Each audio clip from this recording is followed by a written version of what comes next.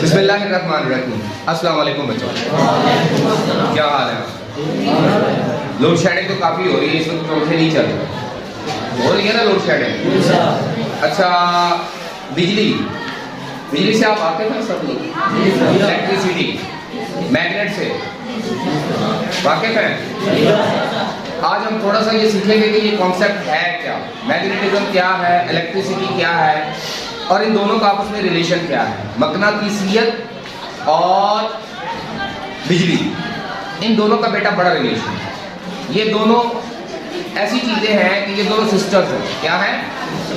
बल्कि बाज़ औक़ात ये होता है कि अगर हमारे पास एक चीज़ हो तो दूसरी को हम पैदा कर सकते हैं। अगर हमारे पास इलेक्ट्रिसिटी है तो हम मैग्नेटिज्म को पैदा कर सकते हैं, और अगर हमारे पास मैग्नेटिक पावर है तो हम उससे क्या बना सकते हैं? हम उससे मैग्नेटिक पावर से हम इलेक्ट्रिसिटी बना सकते हैं। ठीक है बेटा? तो ये दोनों इंटर कन्वर्टेबल है। मैग्नेटिक पावर से इलेक्ट्रिसिटी को पैदा किया जा सकता है और इलेक्ट्रिसिटी से मैग्नेटिक पावर को जनरेट किया जा सकता है। ठीक है बेटा? तो ये दोनों जो है ये एनर्जी की किस्में हैं। मैग्नेटिज्म भी और इलेक्ट्रिसिटी भी क्या है? टाइप्स ऑफ एनर्जी है। क्या है? एनर्जी है जो किसी भी मादे के अंदर जो है वो हरकत पैदा कर सकती है। ठीक है बेटा? तो आज हम इनका दोनों का रिलेशन पढ़ेंगे। वैसे तो इंसानियत जो है वो सैकड़ों सालों से इन दोनों ही कॉन्सेप्ट को जानती थी। हम जानते थे बिजली की क्या है, क्योंकि पुराने लोग, अभी इंसान ने खुद बिजली को पैदा करना नहीं सीखा था, लेकिन हम आसमान में बिजली को कड़कते, चमकते और चीज़ों पे गिरते देख चुके थे। ऐसे ही है ना?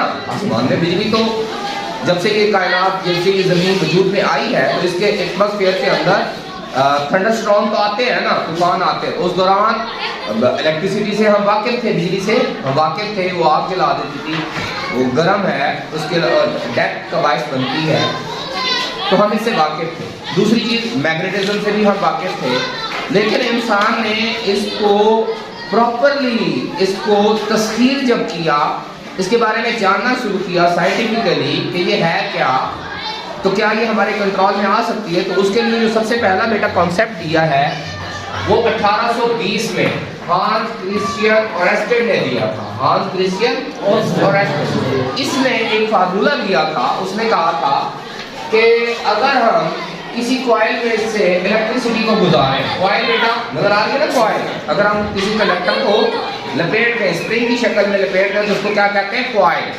अगर हम किसी कंडक्टर की कॉइल बना लें और उसमें से हम करंट को गुजारें, इलेक्ट्रिसिटी को गुजारें, तो उसके इर्द गिर्द मैग्नेटिक फील्ड पैदा हो जाता है। यानी बिजली से मैग्नेट पैदा होता है, बिजली से मैग्नेट पैदा होता है। ठीक है बेटा? तो उसका जो उल्ट था, इसका ऑपोजिट एक जो फार्मूला है, इंसानों को 11 साल लगे। 1820 से लेकर 1831 तक 11 साल लगे। तो एक और साइंसदान थे जिनका नाम था माइकल फ्राडे। इन्होंने 1831 में हांस क्रिश्चियन ओरेस्टेड का अपोजिट फार्मूला दिया कि अगर हम किसी कॉइल में से मैग्नेट को तेजी से गुजारें, तो उस कॉइल के अंदर करंट पैदा हो जाता है। उस कॉइल के अंदर करंट पैदा हो जाता है। अगर आप बेटा गौर से देखें तो ये जो फार्मूला है, ये जो ट्रिक है, इसको हम आज भी यूज करते हैं, इसको भी यूज करते हैं। ये वाला जो फार्मूला है हांस क्रिश्चियन ओरेस्टेड का फार्मूला, इसको बेटा हम यूज करते हैं इलेक्ट्रिक मोटर के अंदर। इसमें यूज करते हैं इलेक्ट्रिक मोटर के अंदर, क्योंकि जब हम उसको करंट देते हैं, बिजली देते हैं, तो उसके अंदर एक कॉइल और दूसरी कॉइल, 2 कॉइल होती है। एक कॉइल स्टेटर होती है और एक कॉइल जो है वो रोटेटर के तौर पे काम करती है। तो इन दोनों में, स्टेटर में भी और रोटेटर में भी, अपोजिट पोल के, जब उनमें से हम करंट गुजारते हैं, बिजली ऑन करते हैं ना, करंट गुजारते हैं, तो स्टेटर और रोटेटर दोनों में मैग्नेटिक फील्ड पैदा होता है जो एक दूसरे के ऑपोजिट होते हैं, और जब ये ऑपोजिट मैग्नेटिक फील्ड बनते हैं, इससे जो अंदर वाला रोटेटर है वो तेजी से घूमना शुरू कर देता है, जिससे हमें रोटेटरी एनर्जी मिलती है। उसको हम पंप चलाने के लिए, मशीनें चलाने के लिए और मुख्तलिफ काम करने के लिए हम उस रोटेटरी एनर्जी को यूज करते हैं, और इसको कहते हैं मोटर, इलेक्ट्रिक मोटर का फार्मूला। अगर हम माइकल फैराडे के तरीके को देखें और इसको अगर हम गौर से देखें तो बेटा ये जनरेटर में यूज होने वाला फार्मूला क्या है? जो हम बिजली पैदा करते हैं ना जनरेटर से, इसमें यूज होता है। इसमें वो उसने जो आइडिया दिया, उसने कहा कि अगर हम मैग्नेट को किसी कॉइल में से तेजी से गुजारें तो उस कॉइल के अंदर इलेक्ट्रिक करंट पैदा होता है और बिजली पैदा करने का जो हमारा कॉन्सेप्ट है वो ये है कि हम किसी तरह से किसी कंडक्टर में इलेक्ट्रिसिटी को पैदा कर सकते हैं। तो ये वाला फार्मूला जो है ये जनरेटर के अंदर इस्तेमाल होता है, जिसके अंदर कॉइल को एज ए स्टेटर यूज किया जाता है, कॉइल को एज ए स्टेटर यूज किया जाता है और मैग्नेट को एज ए रोटेटर यूज किया जाता है। और जब हम किसी मैकेनिकल एनर्जी से, बाहर की एनर्जी से जब हम इस रोटेटर को घुमाते हैं तो कॉइल के अंदर करंट पैदा होता है। यही जो फार्मूला है ये हमारे इलेक्ट्रिक जनरेटर्स का है। किसका है? ये जो हमारे घरों में छोटे जनरेटर यूज होते हैं उनमें भी यही फार्मूला यूज होता है और कमर्शियल लेवल पे जो पावर स्टेशन है, बड़े बड़े पावर स्टेशन है ना, बिजली घर यहाँ पे बिजली बनाई जाती है, वहां पे भी यही फार्मूला यूज किया जाता है कि कॉइल को एज ए स्टेटर रखा जाता है और मैग्नेट को एज ए रोटेटर यूज किया जाता है और उस मैग्नेट को घुमाने के लिए कोई ना कोई एक्सटर्नल एनर्जी सोर्स यूज होता है। उसी की बुनियाद पे हम उनको जो है वो इलेक्ट्रिक पावर स्टेशंस कहते हैं। उनको क्या कहते हैं? उन्हीं के नाम से। फर्ज करें कि ये जो रोटेटरी पावर है जिसकी वजह से हमने मैग्नेट को घुमाना है, अगर तो हम ईंधन को जला के हासिल कर रहे हैं, अगर तो हम ईंधन को जला के हासिल कर रहे हैं तो ऐसे पावर स्टेशन को कहेंगे थर्मल पावर स्टेशन। क्या कहेंगे? Thermal power station. Thermal power station एक ऐसा स्टेशन होता है, ऐसा बिजली घर होता है कि जिसके अंदर हम फ्यूल को इस्तेमाल करते हैं, कोयला, गैस, डीजल, पेट्रोल, कोई भी ईंधन, उसके जरिए हम स्टीम पैदा करते हैं, भाप पैदा करते हैं बॉयलर्स के अंदर और उस भाप के प्रेशर से हम चरखियां चलाते हैं, टरबाइन चलाते हैं और वो जो मूवमेंट है, रोटेटरी मूवमेंट, वो हम मैग्नेट रोटेटर तक ले जाते हैं जिसकी वजह से हमें बिजली हासिल होती है। ठीक है बेटा? ये तो था थर्मल पावर स्टेशन के हवाले से कि हम फ्यूल को यूज करते हैं और उससे रोटेटरी पावर लेते हैं, उससे हम जनरेटर चलाते हैं और बिजली पैदा करते हैं। अब चलते हैं नेक्स्ट पावर स्टेशन की जाने, हाइडल पावर स्टेशन। बेटा आप जानते हैं कि पानी को, हाइडल पावर स्टेशन जो डैम होते हैं उनको पानी को बुलंदी पे बड़े बड़े डैम्स के अंदर जमा किया जाता है और फिर पानी को छोड़ा जाता है, जिससे पानी की पोटेंशियल एनर्जी हल्की टकराई में तब्दील होती है और जब पानी बहता है जोर से उससे चरखियां चलाई जाती हैं, उनसे चरखियां चलाई जाती हैं और उन्हीं चरखियों के मूवमेंट के जरिए जनरेटर के मैग्नेट रोटेटर को घुमाया जाता है जिससे बड़े पैमाने पे बिजली पैदा होती है। ऐसे पावर स्टेशंस को बेटा कहते हैं हाइड्रोल पावर स्टेशन। डैम्स के जरिए, कौन से?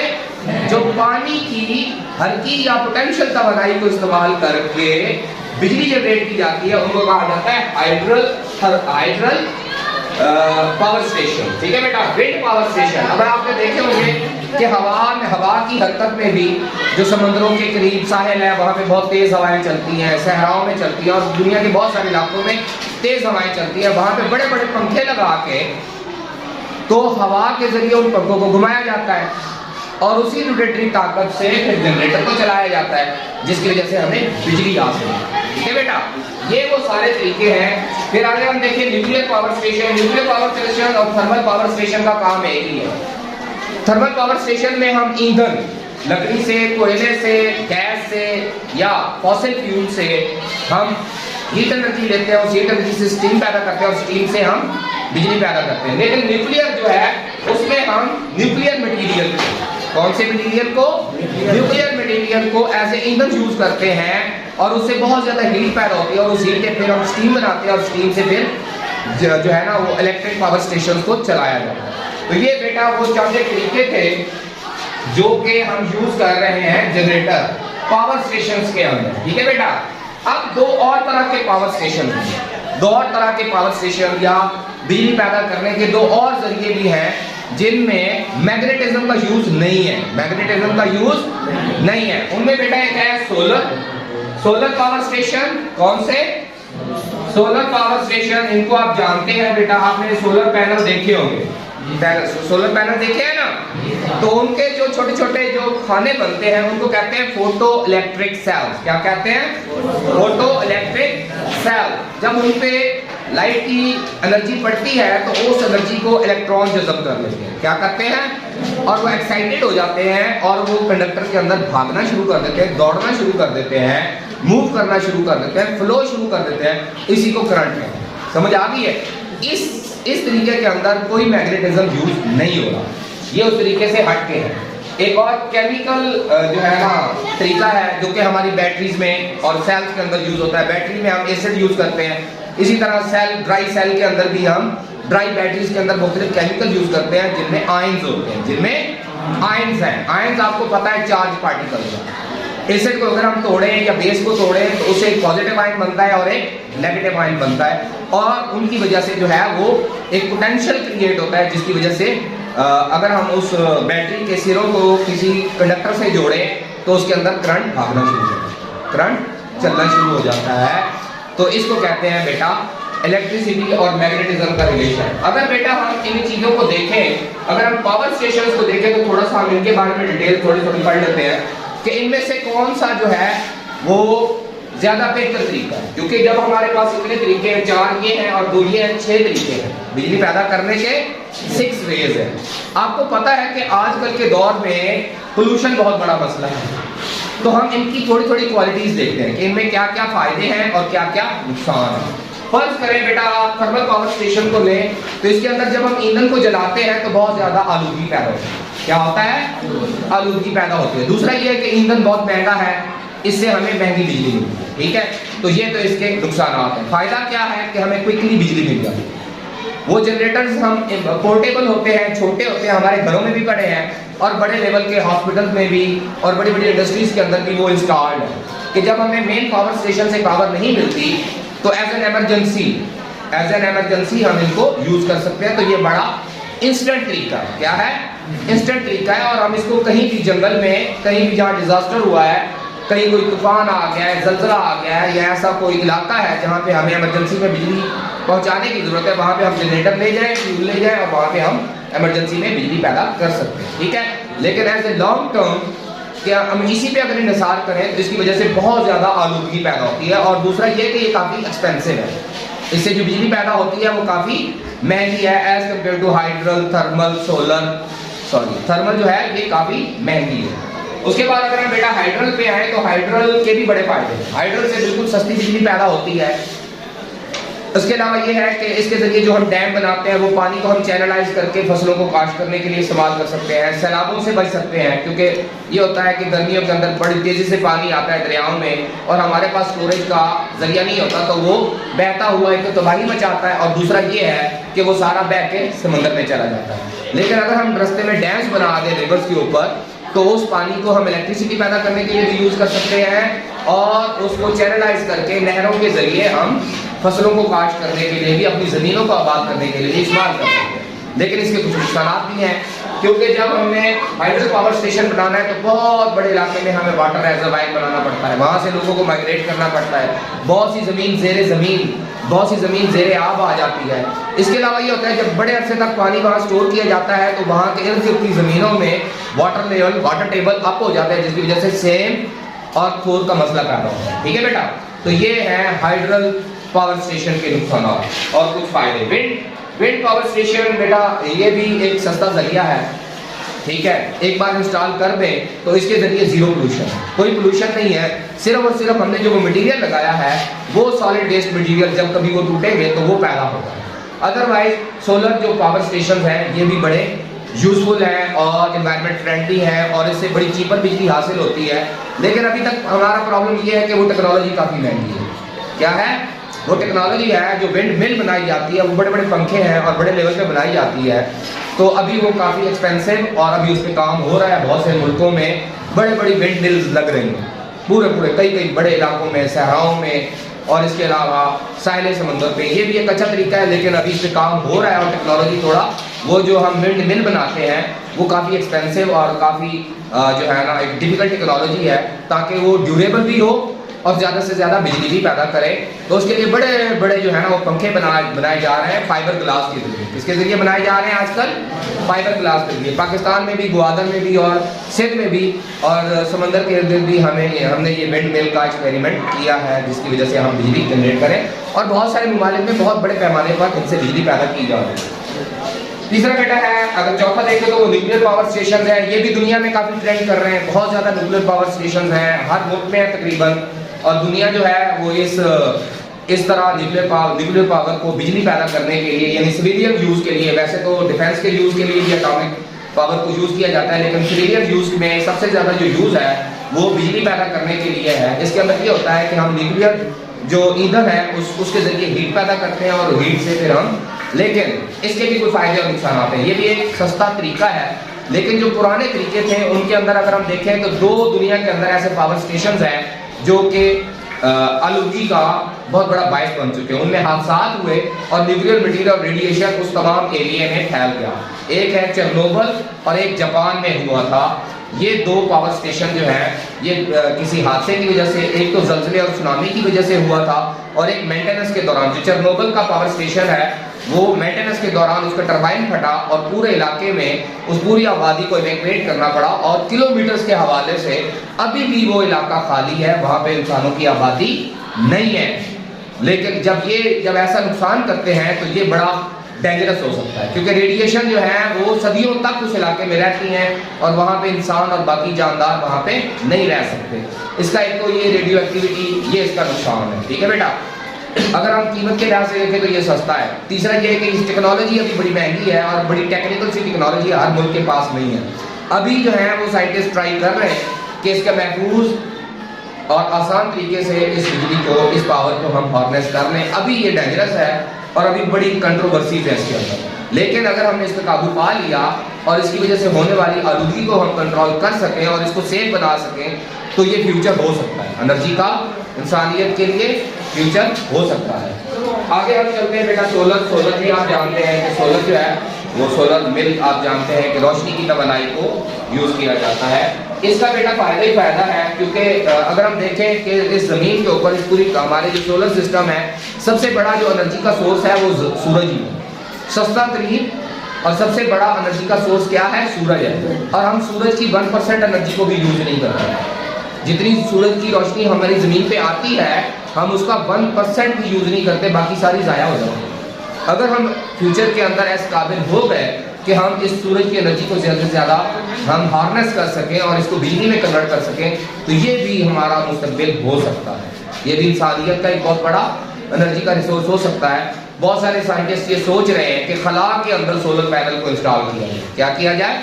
खला के अंदर, जैसे हमारी सैटेलाइट्स है ना कि हम जमीन की बजाय खला में सोलर पावर स्टेशन, क्योंकि अब हम ये जो है ये हार्ड है ना सोलर पैनल, अभी साइंटिस्ट जो है वो ट्राई कर रहे हैं कि पेपर की शक्ल में, जिस तरह की ये आपकी कवरिंग है ना, इस शक्ल में फ्लेक्सिबल और फोल्डेबल जो है ना वो सोलर पैनल बनाने के चक्कर में इंसान अभी साइंटिस्ट कुछ लेवल पे कामयाब हुए हैं।